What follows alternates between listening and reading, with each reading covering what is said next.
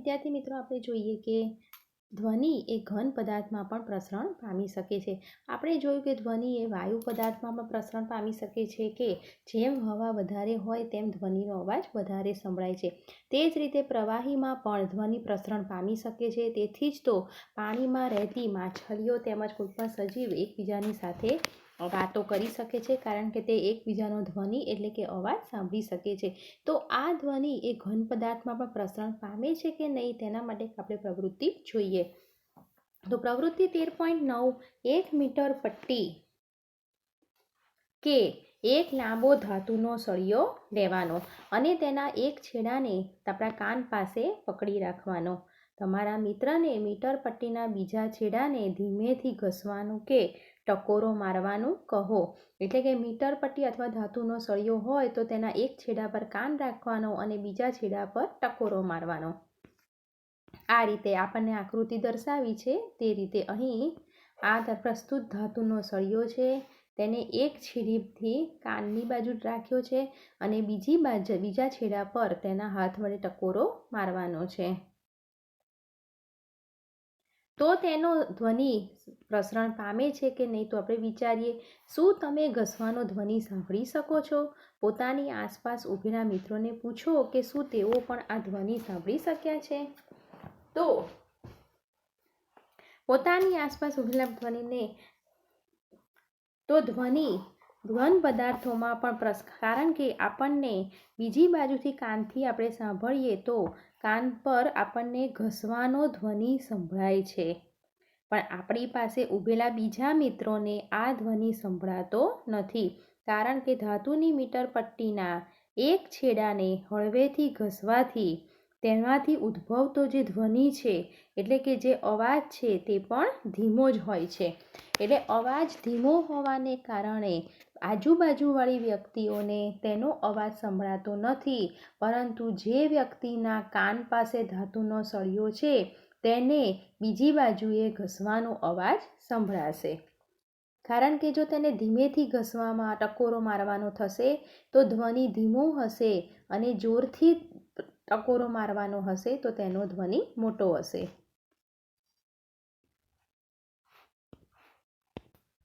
તમે પોતાના કાનને લાકડી કે ધાતુના કોઈ લાંબા ટેબલના એક છેડા પર રાખીને પોતાના મિત્રને બીજા છેડા પર ધીમેથી ઘસવાનું કહીને પણ આપણે ઉપરની પ્રવૃત્તિ કરી શકીએ, તો તેનાથી આપણને તે કાન પર સંભળાશે, પરંતુ આજુબાજુ રહેલી વ્યક્તિઓને સંભળાશે નહીં. આવી રીતે ટેબલ પર આપણે કાન રાખીએ અને એક બીજી વ્યક્તિ તેના પર ટકોરા મારે તો આપણને કાનમાં તે સંભળાશે.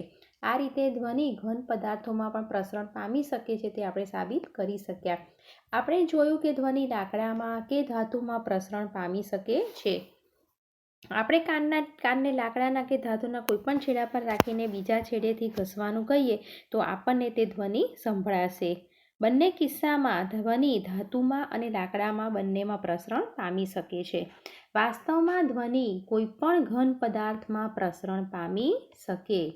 એટલે કે અવાજ ઘન પદાર્થમાં પ્રસરણ પામી શકે, પ્રવાહી પદાર્થમાં પણ પ્રસરણ પામી શકે અને વાયુ પદાર્થમાં પણ પ્રસરણ પામી શકે.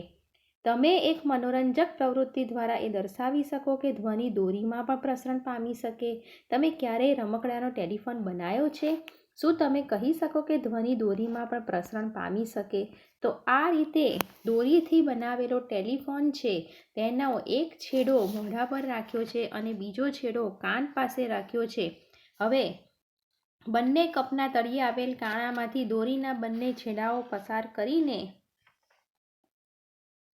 ગાંઠ મારી દોરીનું જોડાણ કરીને બંને કપ આપણે વ્યવસ્થિત તૈયાર કરીએ બંને છેડા પર અને એક કપ કાન પાસે રાખી અને બીજો કપ મિત્રને આપીએ તો મિત્ર બને એટલો દૂર રહે તો શું કે સરળતાથી દોરી સીધી ખેંચાઈને કડક રહે. તો આપણે મિત્રને કંઈક બોલવાનું કહીશું તો કાન પાસે રાખેલ કપ મારફતે મિત્રનો અવાજ સ્પષ્ટ સંભળાય છે. આનો મતલબ કે દોરીમાં પણ ધ્વનિ પ્રસરણ પામી શકે છે. આ રીતે આપણે દોરી વડે કપ બાંધેલો છે, એક કપ મોઢા પાસે રાખ્યો છે અને બીજો કપ કાન પાસે રાખેલો છે અને એક મોઢા પાસે રાખેલો છે. દોરી બને એટલી ખેંચીને સ્થિર રહી શકે તેવી રીતે દૂર અંતરે ઊભા રહેવાનું. અત્યાર સુધી આપણે શીખ્યા કે કંપન કરતી વસ્તુઓ ધ્વનિ ઉત્પન્ન કરી શકે છે, એટલે કે જે વસ્તુઓ કંપન ધ્રુજારી કરે છે તે અવાજ ઉત્પન્ન કરી જ શકે છે તથા તે કોઈપણ માધ્યમમાં બધી દિશાઓમાં પણ પ્રસરણ પામી શકે છે. ચારે બાજુ એટલે કે માધ્યમ ચાહે તે વાયુ હવાનું હોય, પ્રવાહીનું હોય કે ઘન હોઈ શકે, પરંતુ કંપન હોય ત્યાં ધ્વનિ ઉત્પન્ન થાય છે. આ ધ્વનિ આપણે કેવી રીતે સાંભળીએ છીએ? તો આ ધ્વનિ આપણે આપણા કાન વડે સાંભળીએ છીએ. We hear sound through our ears. આપણે અવાજ કોના દ્વારા સાંભળીએ છીએ? તો આપણા શરીરની રચનામાં કાન દ્વારા આપણે સાંભળવાનું કાર્ય કરીએ છીએ. તો કાનના બહારના ભાગનો આકાર કેવો છે? તો ગરણી જેવો છે. જ્યારે તેમાં પ્રવેશે છે એટલે કે અવાજ અંદર પ્રવેશે છે ત્યારે તે કર્ણનાળ એટલે કે કેનાલ મારફતે કર્ણપટલ સુધી પહોંચે છે, જેની પાતળી સપાટી ચુસ્ત રીતે ખેંચાયેલી હોય છે, જેને આપણે કાનનો પડદો કહીએ છીએ, એટલે કે ઇયર ડ્રમ પણ કહે છે. તે એક મહત્વપૂર્ણ કાર્ય કરે છે. એટલે કે કાનનો બહારનો ભાગ ગરણી જેવો છે, તેની અંદર અવાજ પ્રવેશે છે. આ પ્રવાસ અંદર જઈને કર્ણપટલ સુધી પહોંચે છે અને આ કર્ણપટલની પાતળી સપાટી જેની જોડે ખેંચાયેલી હોય છે તે કાનનો પડદો છે. એટલે મહત્વપૂર્ણ કાર્ય કાનનો પડદો કરે છે કે જે આપણને સાંભળવાનું કાર્ય કરે છે. તે એક મહત્વપૂર્ણ કાર્ય કરે છે. તો કાનનો પડદો શું કાર્ય કરે છે તે સમજવા માટે એક આપણે વધુ પ્રવૃત્તિ કરીએ. આપણે પાતળા ધાતુના ડબ્બાનું કાનના પડદાનું મોડેલ બનાવીએ.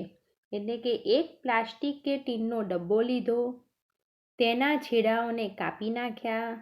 એક રબરના ફુગ્ગાના ટુકડાને ટીનના એક છેડા પર રબર બેન્ડથી બાંધી દીધો. સૂકા કઠોળના 4-5 દાણા ખેંચાયેલ રબર પર મૂકો. હવે તમારા મિત્રને ખુલ્લા છેડા તરફથી હુર્રે હુર્રે બોલવાનું કહો, જેમ અહીંયા આકૃતિ 13.15માં દર્શાવ્યું છે. કઠોળના દાણાનું અવલોકન કરીએ કે શા માટે દાણા ઉપર નીચે કૂદકા મારે છે. અહીં આપણને જે ડબ્બો દર્શાવ્યો છે એટલે તેનો ઉપરનો જે ભાગ છે તે રબરના બેન્ડથી બાંધેલો છે અને તેની પર પડદો નાખેલો છે. રબરનો પડદો, ફુગ્ગાનો જે રબર હોય તેનો પડદો બાંધેલો છે અને તેનાથી તેને ઢાંકી દીધો છે. નીચેનો ભાગ ખુલ્લો છે ને ત્યાંથી ફૂંક મારે છે. તો અહીં પડદાની ઉપર રહેલા કઠોળના જે દાણા છે તે નીચેથી અવાજ કરતા બોલતા ઉપર કંપારી છૂટે છે, કંપન થાય છે અને તેને કારણે કઠોળના દાણા ઉપર નીચે કૂદકા મારવામાં આવે છે. પડદાની ઉપર મૂકેલ કઠોળના દાણા ઉપર નીચે કૂદકા મારે છે. રબરનો પડદો આપણે હુર્રે હુર્રે બોલે છે એટલે કંપન કરે છે, તેથી દાણા ઉપર નીચે થાય છે. આપણા કાનનો પડદો એ ખેંચાયેલા રબરના પડદા જેવો જ છે. જ્યારે ધ્વનિ બહારથી તેના પર પડે છે ત્યારે કાનનો પડદો કંપન કરવા લાગે છે અને આપણને ધ્વનિ સંભળાય છે. કાનના પડદાની ક્રિયા આ રીતે સમજી શકાય. એટલે કે કાનના પડદાનું કાર્ય શું છે? તો કાનના પડદાનું કાર્ય અવાજને સાંભળવાનું છે. કારણ કે કાનનો બહારનો ભાગ ગરણી જેવો છે, તેમાં અવાજ જાય છે, તે કર્ણપટલ સુધી પહોંચે છે અને આ કર્ણપટલ ચુસ્ત રીતે ખેંચાયેલો કાનના પડદા સાથે હોય છે. આ રીતે કાનનો પડદો સાંભળવાનું કાર્ય કરે છે. જેમ આપણે ડબ્બાની અંદર ખુલ્લા ભાગમાંથી નીચેથી હુર્રે હુર્રે બોલતા ઉપરના ભાગમાં રબરના ભાગમાં કંપન થાય છે અને ધ્વનિ પેદા થાય છે અને દાણા કૂદકા મારે છે, તે જ રીતે આપણા કાનના પડદામાં પણ જો કંપન થાય તો તેમાંથી ધ્વનિ આપણને સંભળાય છે. કાનની પડદાની આકૃતિ દર્શાવી છે. આ કાનનો પડદો કેવી રીતે અવાજ પેદા કરે છે તે વિશે આપણે માહિતી મેળવીએ. તો કાનનો પડદો એક ખેંચાયેલા રબરના પડ જેવો હોય છે. ધ્વનિના કંપનો કાનના પડદાને કંપિત કરે છે, એટલે કે ધ્રુજારી લાગે છે, જે આપણે આકૃતિ 13.16માં જોઈશું. કાનનો પડદો કંપનોને આંતરિક કાન સુધી મોકલે છે, એટલે કે કાનના પડદા દ્વારા કંપનો કાનની અંદરના ભાગમાં પહોંચે છે. ત્યાંથી ધ્વનિના તરંગોને મગજ સુધી પહોંચાડવામાં આવે છે. આ પ્રકારે આપણે ધ્વનિને સાંભળીએ છીએ. એટલે કે સૌપ્રથમ કંપનો કાનના પડદા સુધી પહોંચે છે. કાનના પડદા રબરના પડ જેવો હોય છે. તે કંપનો કાનના પડદાને કંપિત કરે છે અને ત્યારબાદ તે કાનના અંદરના ભાગમાં પહોંચે છે અને ત્યારબાદ તે મગજ સુધી લઈ જાય છે અને આપણે સાંભળી શકીએ છીએ. અહીં આપણને કાનના પડદાનો બહારનો ભાગ દર્શાવ્યો છે. આ કાનના પડદા દ્વારા કાનના અંદરના ભાગમાં આ કંપનો જાય છે. આ કંપનો કાનના અંદરના ભાગમાં જઈને તે મગજ સુધી પહોંચે છે. એટલે મગજને તરત સંવેદના થાય અને તરત જ આપણે ધ્વનિ સાંભળી શકીએ છીએ. એટલે કે તરત જ આપણે અવાજને સાંભળી શકીએ છીએ. આ આકૃતિ આપણા કાનના પડદાની છે, જે આપણે ખૂબ જ ધ્યાનથી જોવાની છે.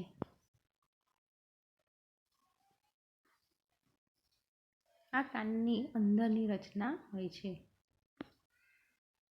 આપણને જે કાન દર્શાવેલો છે તેની અંદરનો આ ભાગ છે અને ત્યાંથી મગજ સુધી બધી નસો જોડાયેલી હોય છે. અહીં દર્શાવેલો ભાગ કર્ણનાળ છે. આ રીતે કંપનો કાનના પડદા સુધી પહોંચે છે અને કાનના પડદાથી લઈને કાનના અંદરના ભાગોમાં જાય છે અને ત્યાંથી મગજ સુધી પહોંચે છે અને તેની સંવેદનાને કારણે આપણે ધ્વનિ સાંભળી શકીએ છીએ. આ વિભાગ અંતઃકરણનો છે.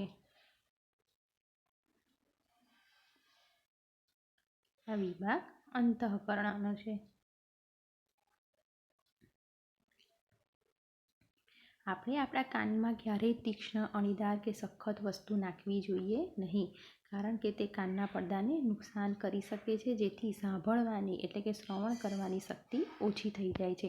કાનનો પડદો રબરના પડદા જેવો છે. તે ખૂબ જ નાજુક છે. તેથી કોઈ પણ સખત વસ્તુ કે ભારે અણીદાર તીક્ષ્ણ વસ્તુ અંદર કાનમાં નાખવી જોઈએ કે નહીં, જેથી કાનના પડદાને નુકસાન થાય. કારણ કે આપણે જે અવાજ સાંભળીએ છીએ તે કાનના પડદામાં થઈને કાનના અંદરના ભાગમાં જાય છે અને ત્યાંથી મગજ સુધી પહોંચે છે. જો કાનના પડદાને નુકસાન થશે તો આપણી સાંભળવાની ક્ષમતા ઓછી થઈ જશે અને આપણને સાંભળવામાં તકલીફ પડશે. હવે વિદ્યાર્થી મિત્રો, આપણે જોઈએ કંપનનો કંપ વિસ્તાર, આવર્તકાળ અને આવૃત્તિ.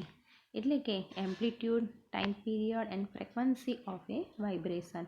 એટલે કે કંપન એટલે કે જે ધ્રુજારી થાય છે એ ધ્રુજારીનો વિસ્તાર, એરિયા કેટલો છે, એક કંપન પૂરું કરતાં કેટલો ટાઈમ લાગે છે અને તેની આવૃત્તિ વિશે સમજીએ. આપણે શીખ્યા છીએ કે કોઈ પદાર્થને વારંવાર આમ તેમ ગતિ કરવાના પદાર્થને કંપન કહે છે. તો એકદમ સ્થિર વસ્તુ હોય અને તે એકદમ જ આમથી તેમ ડોલવા લાગે તેને આપણે કહીએ કે ધ્રુજારી થઈ છે. જેમ ધરતીકંપ થયો હતો અને બધું જ એકદમ હાલમ-ડોલમ કરવા માંડ્યું એટલે આપણે એમ કહીએ કે કંપનો ચાલુ થયા છે, ધ્રુજારી ચાલુ થઈ છે. કોઈ પણ સ્થિર વસ્તુ અચાનક જ આમ તેમ ડોલવા લાગે તો કહેવાય કે કંપનની શરૂઆત થઈ. આ ગતિને દોલિત ગતિ પણ કહે છે. એટલે કે કંપનની ગતિને એટલે કે આમ તેમ ફરવાની જે ગતિ છે તેને દોલિત ગતિ પણ કહી શકાય.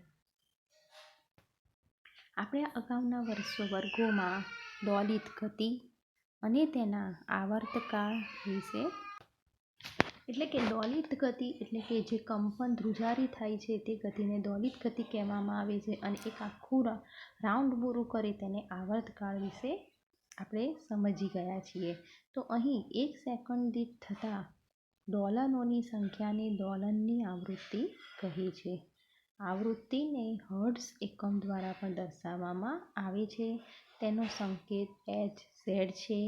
જો 1 સેકન્ડ દીઠ 1 દોલન થાય તો આવૃત્તિ 1 હર્ટ્ઝ કહેવાય છે. જો એક પદાર્થ 1 સેકન્ડમાં 20 વખત દોલન પૂરા કરે તો તેની આવૃત્તિ શું હશે?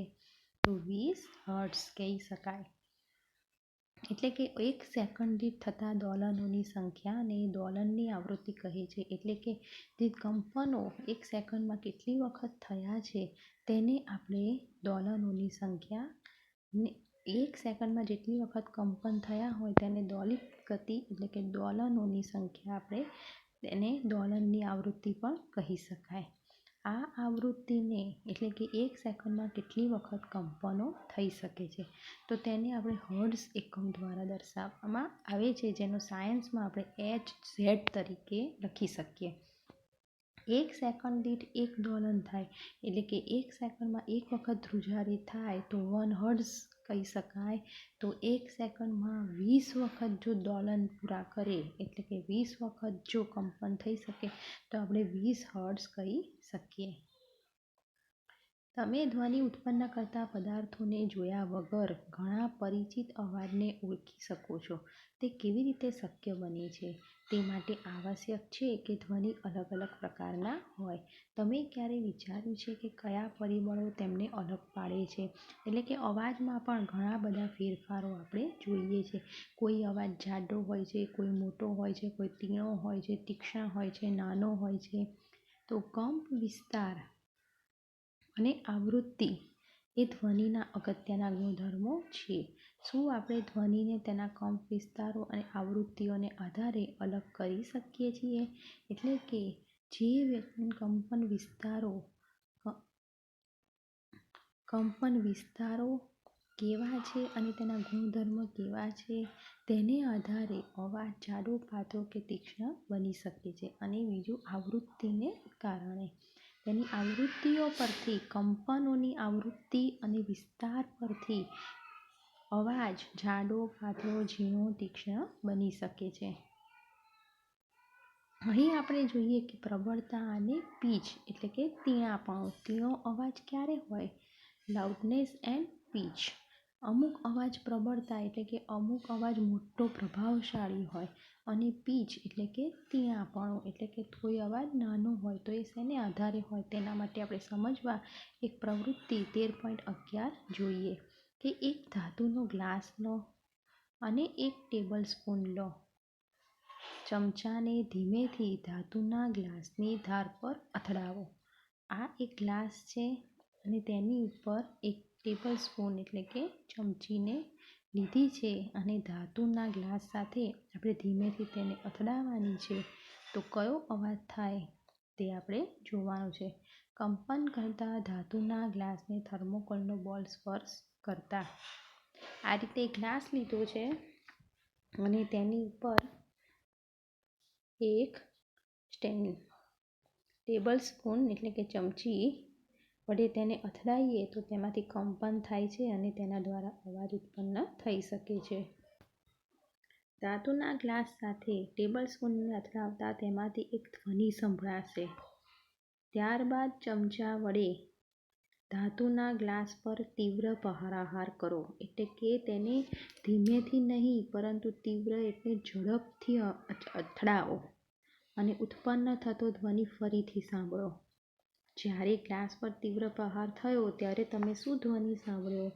તો જ્યારે ધાતુના ચમચાને ધીમેથી અથડાવવામાં આવે છે ત્યારે તે ધ્વનિ આપણને ધીમો સંભળાય છે, પરંતુ જ્યારે તીવ્ર પ્રહાર કરવામાં આવે ત્યારે તે ધ્વનિ મોટો હોય છે. હવે આપણે ઉપલી ધારને એ રીતે સ્પર્શ કરીએ કે દોરી વડે લટકાવેલ પર દડો લટકાવો અને તે દડાને આપણે પ્રહાર કરીએ ગ્લાસ સાથે તો તેનાથી પણ વધારે અવાજ સંભળાશે. હવે ગ્લાસની ધારને સ્પર્શે તે રીતે એક થર્મોકોલનો આપણે નાનો દડો લટકાવવાનો. ગ્લાસ પર પ્રહાર કરીને તેને કંપિત કરો. આકૃતિ 13.17માં છે. દડો કેટલો દૂર સ્થાનાંતરિત થાય છે તે જુઓ. દડાનું સ્થાનાંતર તે ગ્લાસના કંપનના કંપ વિસ્તારનું માપ છે. એટલે કે અહીં આપણને આકૃતિમાં જે દર્શાવેલું છે એક ગ્લાસ અને એક ટેબલ સ્પૂન.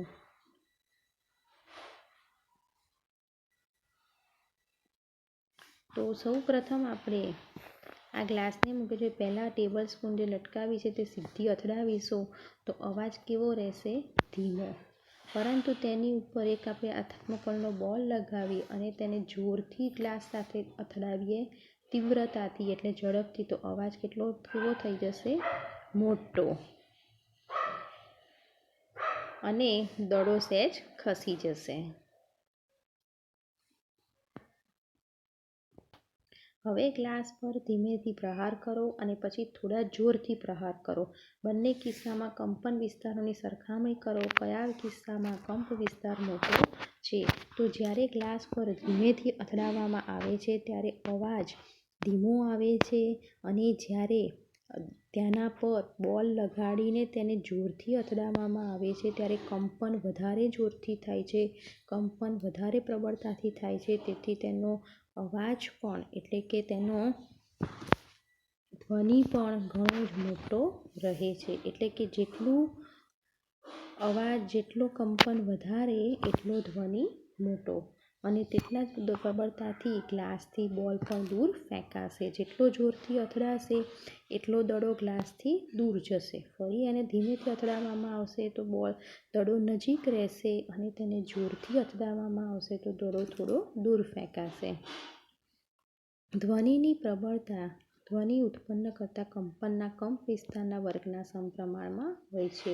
એટલે કે અવાજનો આધાર આપણે કેવા કંપનો છે તેના પર આધારિત છે. કંપન જો ઓછું હશે તો અવાજ ધીમો રહેશે, કંપન જો વધારે થશે તો અવાજ પણ મોટો થશે. ઉદાહરણ તરીકે, જો કંપ વિસ્તાર બમણો કરવામાં આવે તો તેની પ્રબળતા 4 ગણી બની જાય છે. પ્રબળતા ડેસિબલ ડીબી એકમમાં દર્શાવવામાં આવે છે. એટલે કે તેની પ્રબળતા, કંપનની જે પ્રબળતા છે તેને આપણે ડીબી તરીકે દર્શાવીએ છીએ, ડેસિબલ. નીચેનું કોષ્ટક જુદા જુદા ઉદ્ગમોમાંથી આવતા ધ્વનિની પ્રબળતાનો ખ્યાલ આપે છે. એટલે કે જ્યારે સામાન્ય શ્વાસ લેતા હોઈએ ત્યારે 10 ડીબી એટલે કે તેની પ્રબળતા 10 ડેસિબલ જેટલી હોય છે. પરંતુ જ્યારે ઘૂસપુસ કરતા હોઈએ 5 મિનિટ સુધીમાં ઘૂસપુસ કરવાની હોય એટલે ખૂબ જ ઝડપથી બોલતા હોય, અંદર સ્પીડ તમારી વધી જાય અંદરની બાજુ, એટલે કે તેના કંપન વધી જાય, તેથી તે 30 ડેસિબલ પ્રબળતા બને. જ્યારે સામાન્ય વાતચીત અને વાર્તાલાપ જે ઘણી લાંબી હોય જેના કારણે તમારું કંપન વધતા તે 30-60 ડેસિબલ જેટલી ધ્વનિ સંભળાય. ત્યારબાદ વ્યસ્ત ટ્રાફિકમાં અવાજ ઘણો વધારે રહેતો હોવાથી ત્યાં કંપન વધારે હોવાથી 70 ડેસિબલ બને છે ધ્વનિ પ્રબળતા. અને સરેરાશ ફેક્ટરીમાં નોનસ્ટોપ અવાજ ઘણે લાંબા સમય સુધી અવાજ રહેતો હોવાથી ત્યાં કંપન વિસ્તાર ઘણો મોટો હોય છે, અને તેને કારણે 80 ડેસિબલ જેટલી પ્રબળતા વધી જાય છે. આમ જ્યારે કંપનનો વિસ્તાર વધુ હોય ત્યારે ધ્વનિની પ્રબળતા વધારે હોય છે, અને કંપનનો વિસ્તાર એટલે કે ધ્રુજારીનો વિસ્તાર ઓછો હોય તો ધ્વનિ પણ ધીમો બની જાય છે. 80 ડેસિબલથી વધારે પ્રબળ ધ્વનિ શારીરિક રીતે કષ્ટદાયક હોય છે. એટલે કે 80 ડેસિબલથી વધારે પ્રબળ ધરાવતો અવાજ જો આપણને આવતો હોય તો તે આપણને શારીરિક રીતે એટલે કે આપણા શરીરને ઘણું કષ્ટ આપે છે. આપણે સહન કરી શકતા નથી, અને તે અવાજ આપણને ત્રાસદાયક લાગે છે, અને તેને કારણે માથા પર મગજ દુખી જાય, માથું ચડી જાય તેવી અસર થઈ જાય છે, અને હેરાન પરેશાન થઈ જવાય છે. ધ્વનિની પ્રબળતા તેના કંપ વિસ્તાર પર આધાર રાખે છે. જ્યારે કંપનનો કંપ વિસ્તાર વધારે હોય તો ધ્વનિ મોટો હોય, અને કંપ વિસ્તાર નાનો હોય ત્યારે ધ્વનિ ધીમો હોય, મંદ હોય એટલે કે ધીમો હોય. કોઈ બાળકના ધ્વનિની સરખામણી પુખ્ત વ્યક્તિના ધ્વનિ સાથે કરો. એટલે કે બાળકનો અવાજ કોઈ મોટી વ્યક્તિના અવાજ સાથે કરો તો શું ત્યાં કોઈ તફાવત છે? હા, તો તેમાં તફાવત જોવા મળે છે. બાળકનો અવાજ આપણને માસૂમ અને નાજુક લાગે છે, જ્યારે પુખ્ત વ્યક્તિનો અવાજ ભારે અને મોટો લાગે છે.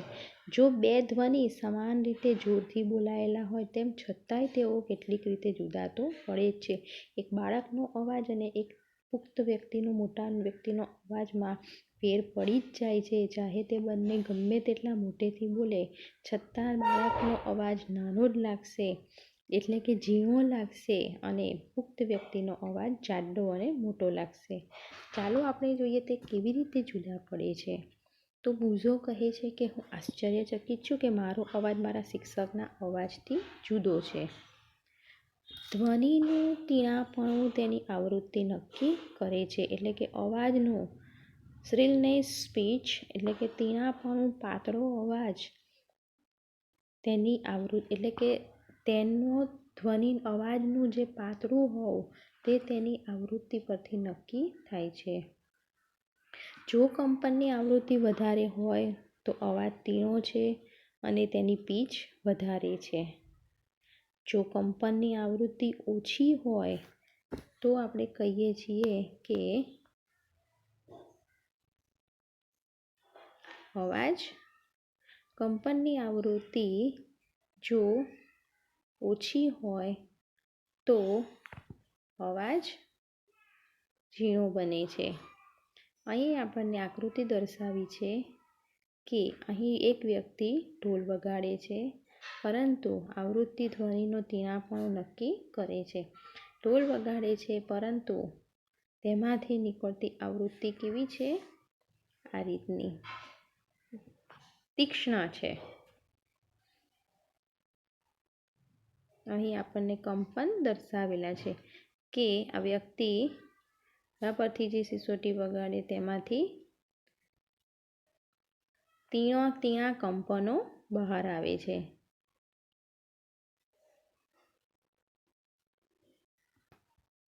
ધ્વનિનો પીચ ઓછો છે.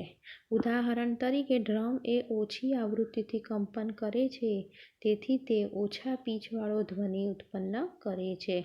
જ્યારે બીજી બાજુ સિસોટીની આવૃત્તિ વધારે હોય છે, તેથી તે વધારે પીચવાળો ધ્વનિ ઉત્પન્ન કરે છે. એટલે કે ડ્રમ એ દેખાવમાં મોટું છે, પરંતુ તેની કંપન કરવાની ક્ષમતા ઓછી આવૃત્તિવાળી છે, તેથી તેમાંથી ધ્વનિ ઉત્પન્ન થતો ધ્વનિ ઓછો હોય છે. જ્યારે સિસોટીની આવૃત્તિ ઘણી વધારે છે, તેથી તેનો અવાજ પણ ઘણો મોટો અને ઊંચો લાગે છે. તે આકૃતિ 13.18માં આપણે જોયા. પક્ષી ઉચ્ચ પીચવાળો ધ્વનિ ઉત્પન્ન કરે છે. પક્ષીઓ જે આકાશમાં ઉડે છે તેમનામાં ધ્વનિ ઊંચો હોય છે, તેથી તેમનામાં કંપનો વધારે હશે. જ્યારે સિંહની ગર્જનાનો પીચ ઓછો હોય છે. જોકે સિંહની ગર્જના ઘણી વધારે પ્રબળ હોય છે, જ્યારે પક્ષીઓનો ધ્વનિ દુર્બળ હોય છે. એટલે કે સિંહની ગર્જનાના જે અવાજ છે, એટલે કે તેનો જે ધ્વનિ છે તે ઘણો જ પ્રબળ હોય છે, એટલે કે ઘણો જ વજનદાર હોય છે. તેની સરખામણીમાં પક્ષીઓનો જે અવાજ જે છે તે ઘણો જ નાજુક છે. તેમનો અવાજ ઘણો દુર્બળ, એટલે કે સિંહની ગર્જનાના પ્રમાણમાં પક્ષીઓનો અવાજ ખૂબ જ નાજુક છે. આપણે દરરોજ બાળકો અને પુખ્ત વ્યક્તિઓના અવાજ સાંભળીએ છીએ. શું તમને તેમના અવાજમાં કોઈ તફાવત જોવા મળે છે?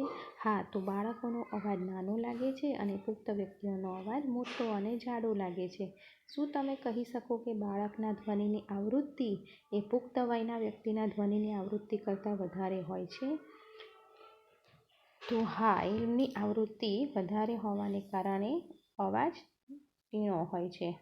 સામાન્ય રીતે સ્ત્રીના અવાજની આવૃત્તિ પુરુષના અવાજની આવૃત્તિ કરતાં વધારે હોય છે, તેથી તેનો અવાજ પાતળો અને તીણો જોવા મળે છે. હવે આપણે 13.6માં સમજીએ કે શ્રાવ્ય અને અશ્રાવ્ય ધ્વનિ, એટલે કે સાંભળવા લાયક અવાજ અને નહીં સાંભળવા લાયક અવાજ. Audible and inaudible sounds. આપણે જાણીએ છીએ કે ધ્વનિની ઉત્પત્તિ માટે કંપન કરતા પદાર્થની જરૂર પડે છે. એટલે કે જો કંપન થાય તો જ ધ્વનિ સાંભળી શકાય. એટલે કે કાનના પડદા પર કંપન થાય છે, તેના કારણે જ ધ્વનિ ઉત્પન્ન થાય છે. કાનના પડદા પર કંપન થાય છે, ધ્રુજારી થાય છે, તે કાનના અંદરના ભાગોમાં પહોંચાડે છે અને ત્યાંથી મગજ સુધી પહોંચાડવાને કારણે આપણે ધ્વનિને સાંભળી શકીએ છીએ, એટલે કે અવાજને સાંભળી શકીએ છીએ. એટલે કંપન ખૂબ જ જરૂરી છે. શું આપણે બધા જ કંપન કરતા પદાર્થોના ધ્વનિ સાંભળી શકીએ છીએ? એટલે કે દુનિયામાં દરેક વસ્તુ જે કંપન કરે છે તે બધી જ વસ્તુ આપણે સાંભળી શકીએ છીએ?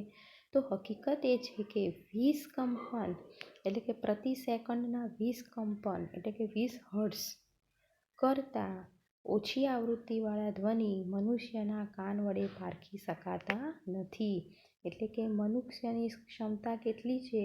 તો ઓછામાં ઓછા 1 સેકન્ડના 20 કંપન જો કાનના પડદા પર થાય તો જ આપણે તે અવાજ સાંભળી શકીએ, નહીં તો આપણે સાંભળી શકતા નથી.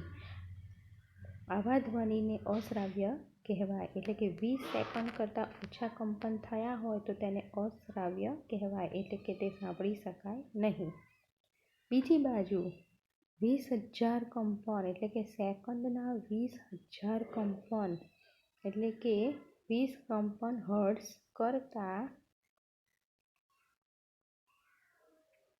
અહીં આપણને દર્શાવે છે કે અમુક પ્રાણીઓ 20,000 હર્ટ્ઝથી વધારે આવૃત્તિવાળા ધ્વનિ સાંભળી શકે છે.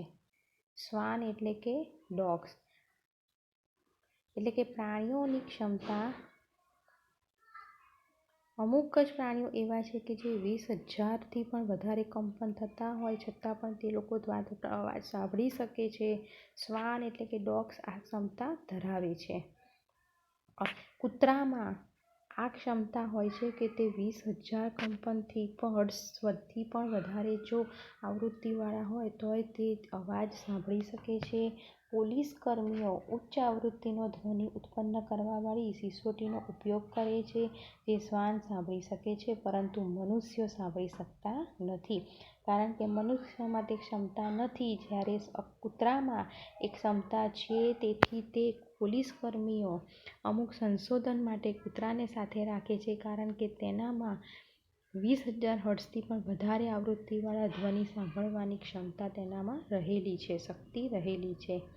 ઘણી તબીબી સમસ્યાઓની તપાસ કરવા અને પગેરું મેળવવા માટે 20,000 હર્ટ્ઝથી ઉચ્ચ આવૃત્તિ પર કાર્ય કરતા અલ્ટ્રાસાઉન્ડ સાધનોની પણ આપણે પરિચિત છીએ. એટલે કે તબીબી સમસ્યાઓ એટલે કે સારવાર માટેની જે બીમારીને લગતી જે સમસ્યાઓ છે તેના માટે આપણે અલ્ટ્રાસાઉન્ડ એટલે કે અલ્ટ્રાસાઉન્ડ નવા સાધનો જે હાલના સમાજમાં શોધાઈ રહ્યા છે તે અલ્ટ્રાસાઉન્ડ સાધનો પણ હવે શોધાઈ રહ્યા છે કે જેનાથી 20,000 હર્ટ્ઝથી પણ વધારે ક્ષમતાવાળા કંપનો હોય તો આપણે તેને સાંભળી શકાય. 20,000 હર્ટ્ઝથી વધારે આવૃત્તિવાળા ધ્વનિ પણ મનુષ્યના કાન માટે અશ્રાવ્ય છે. મનુષ્ય પણ આ ધ્વનિ આ કંપન 20,000 હર્ટ્ઝથી વધારે કંપનો થતા હોય તો તે સાંભળી શકતો નથી.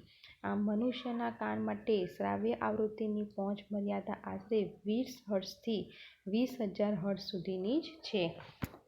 એટલે કે મનુષ્યના કાન માટે મનુષ્ય 20 હર્ટ્ઝથી 20,000 હર્ટ્ઝ સુધીનું જ સાંભળી શકે છે. તે પરથી વધારે હર્ટ્ઝ હોય તો મનુષ્ય તે ક્ષમતા ધરાવતો નથી.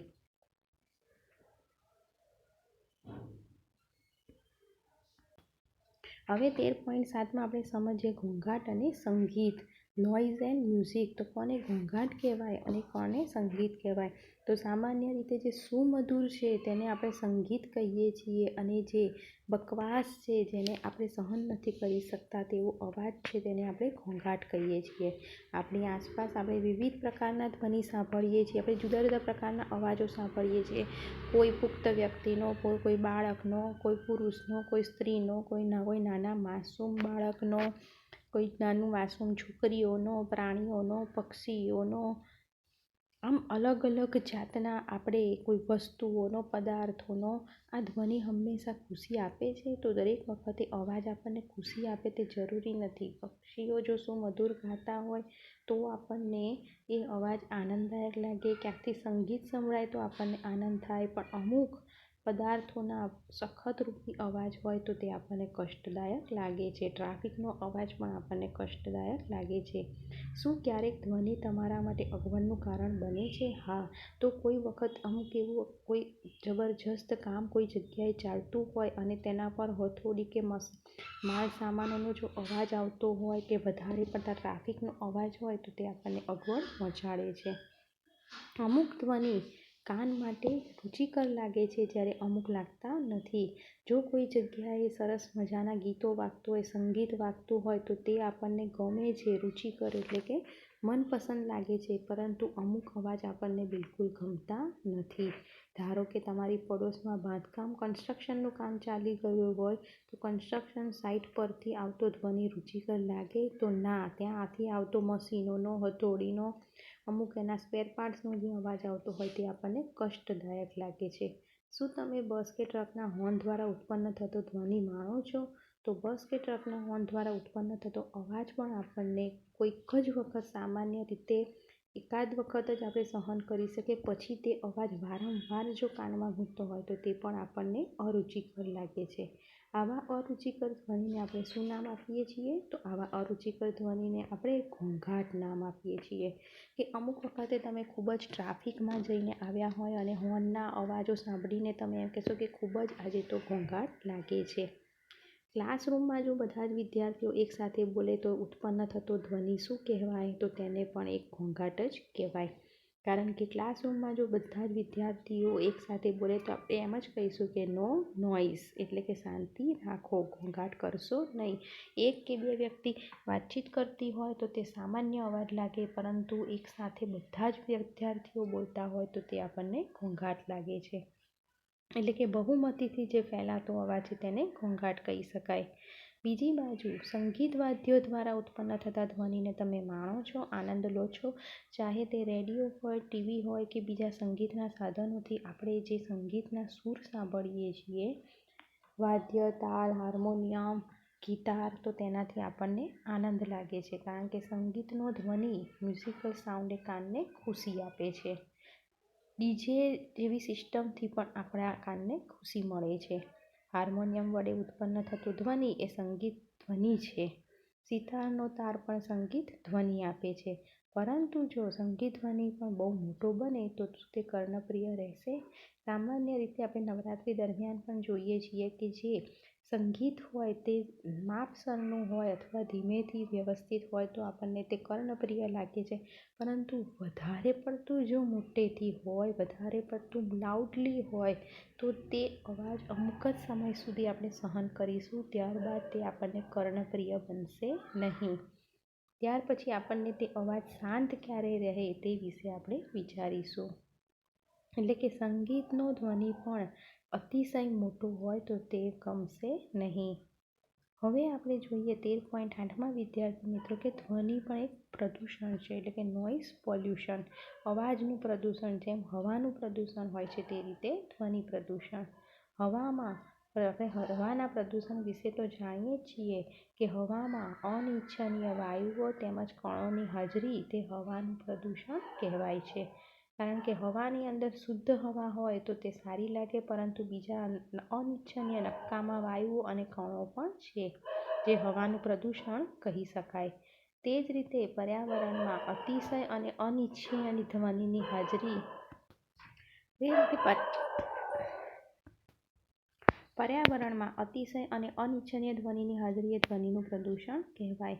એટલે કે વાતાવરણની અંદર ખરાબ નકામો પદાર્થ, વાયુઓ આવી જાય અને કણો આવી જાય કે નકામો કચરો આવી જાય તે અવાજનું પ્રદૂષણ. પર્યાવરણની અંદર અતિશય અને અનિચ્છનીય ધ્વનિની હાજરી એટલે કે અનિચ્છનીય, ન ગમે તેવો અને વધારે પડતો જો અવાજ વાતાવરણની અંદર આવી જાય તો તેને વાતાવરણ ધ્વનિનું પ્રદૂષણ પણ કહી શકાય છે. એટલે કે અવાજનું પ્રદૂષણ કહી શકાય છે. તમે ધ્વનિ પ્રદૂષણના થોડા સ્ત્રોતની યાદી બનાવી શકો? હા, તો ધ્વનિ પ્રદૂષણ એટલે કે જે અવાજનું પ્રદૂષણ, કોઈ વખતે મોટા મશીનોના અવાજ આવતા હોય, મોટા ટ્રકોના અવાજ આવતા હોય, ટ્રાફિક સિગ્નલ પર હોય, તે બધું આપણને ધ્વનિ પ્રદૂષણ જેવું લાગે. મોટે ભાગે ધ્વનિ પ્રદૂષણના મુખ્ય કારણો છે. એક તો વાહનોનો મોટેથી અવાજ, ત્યારબાદ ફટાકડાનું ફૂટવું પણ તેમાં આવી શકે કે જેમાં મોટા મોટા વિસ્ફોટ થતા હોય તો તે વખતે પણ આપણને અવાજનું પ્રદૂષણ જેવું લાગે. ત્યારબાદ મશીનો અને